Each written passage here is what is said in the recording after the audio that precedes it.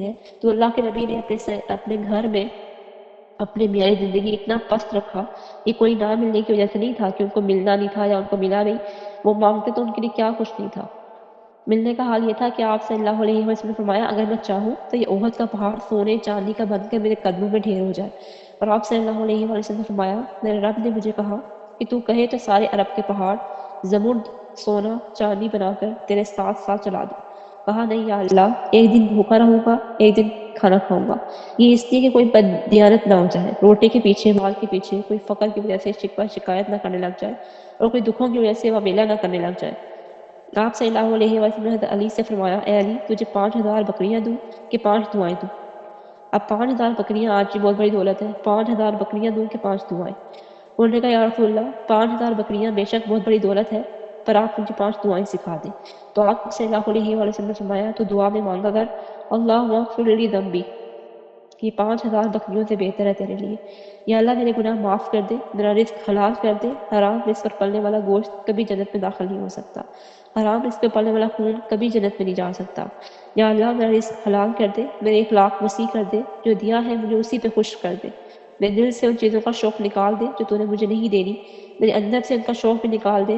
تو میں اللہ نے دنیا کے بارے میں نشیب و فراز رکھا ہے کہ حضور صلی اللہ علیہ وسلم سے عشق ہو جائے، اللہ سے عشق ہو جائے، اس کے در نہ چھوٹے، اس کا گھر نہ چھوٹے، اتنی وفاداری پیدا کر لے اتنی کتے میں مالک کے ساتھ ہوتی ہے کہ آپ کی ایک روٹی کھاتا ہے کتا اور ساری زندگی وفا کرتا ہے، کبھی آپ کا در نہیں چھوڑتا، آپ کے گھر کا معصوم بچہ اس کو مار رہا ہوتا ہے، وہ سر جھکا کے بیٹھا ہوتا ہے، زبان حال سے کہہ رہا ہوتا ہے بچے تیرے باپ کی روٹی کھائی ہے، تجھے کچھ نہیں کہوں گا، جتنا مارنا ہے مار لے۔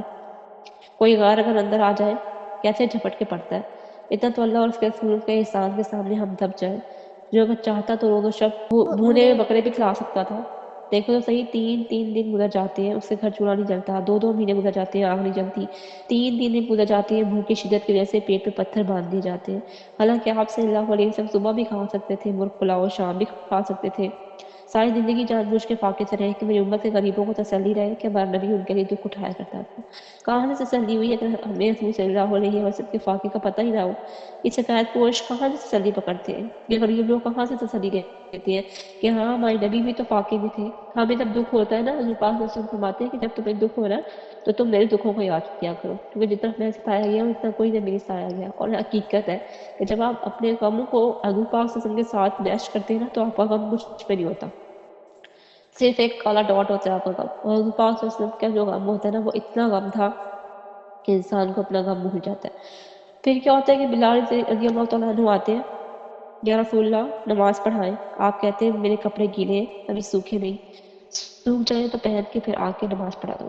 جو ایسے احسانات میرے اور آپ پہ چھوڑ گیا ہو، جو چاہتا تو سونے چاندی کے گھر بنوا لیتا، وہ کھجور کی شاخوں کے گھر میں زندگی گزار گیا۔ وہ چاہتا تو براق کی سواری 24 گھنٹے اس کے دروازے پہ کھڑی رہتی، وہ گدھے کی سواری پہ سوار ہو کے زندگی گزار گئے۔ وہ چاہتے تو صبح شام کے جوڑے الگ الگ ہوتے، وہ ایک جوڑے میں پورا سیزن گزار گئے۔ اپنی بیویوں کے لیے جنت کے لباس اتروا لیتے تھے، اپنی بیویوں کے لیے جنت کے لباس اتروانا چاہتے تو اتروا لیتے۔ ان کی بیویوں کے پاس ایک جوڑے سے فالتو جوڑا نہیں ہوتا تھا، اور وہ کون تھی؟ امہات المومنین۔ صرف اپنی امت کے غریبوں کو تسلی کے لیے کہ ان کو تسلی مجھ سے ملے، خود دکھ جھیلے، بچوں کو دکھ میں ڈالا، خود جان جو ہے وہ جھونکوں میں ڈالی، اولاد کی جان جھونکوں میں ڈالی، اپنی امت کو بتانے کے لیے کہ میں نے تمہارے لیے بہت کچھ کیا ہے، دیکھو میرا خیال رکھنا، میرا طریقہ نہ چھوڑنا، تمہارا ہی نفع ہے۔ اتنی محبت کے ستا لے آئے کہ حضور صلی اللہ علیہ وسلم کا طریقہ ہے، میں اس کے خلاف نہیں کروں گا۔ استطاع پر آنا ہر مسلمان کا فرض ہے۔ وہ اتنا احسان کر کے گئے ہمارے پر کہ ہم دن رات بھی ان کے درود شریف پڑھے نا، دن رات ہی ہماری زبان چلے، تبھی ہم ان کا قرض، ان کا احسان نہیں اتار سکتے۔ پھر ایک دن فرمایا اے جبرائیل، اس ذات کی قسم جس کے قبضے میں محمد صلی اللہ علیہ وسلم کی جان ہے، آج آل محمد کے گھر میں ایک مٹھی جو نہیں ہے، ہمارے بچے تو آدھے بھر میں کھا کے باقی بار پھینک رہے ہیں، اور آل محمد صلی اللہ علیہ وسلم کے گھر میں ایک مٹھی جو نہیں ہے۔ تداشر کرانہ نے ایک دفعہ حضور صلی اللہ علیہ وسلم کو دیکھا کہ بھوک کی شدت سے کروٹیں بدل رہے ہیں، نیند نہیں آ رہی تھی۔ روزے میں جب عصر کے قریب بھوک لگتی ہے ہمیں تو ہمارا کیا حال ہوتا ہے کہ ابھی تک سحری بھی ہضم نہیں ہوئی ہوتی، پھر بھی جسم گرتا ہے۔ 3 دن تک جس نے ایک لقمہ نہ چکھا ہو اس کا کیا حال ہوگا؟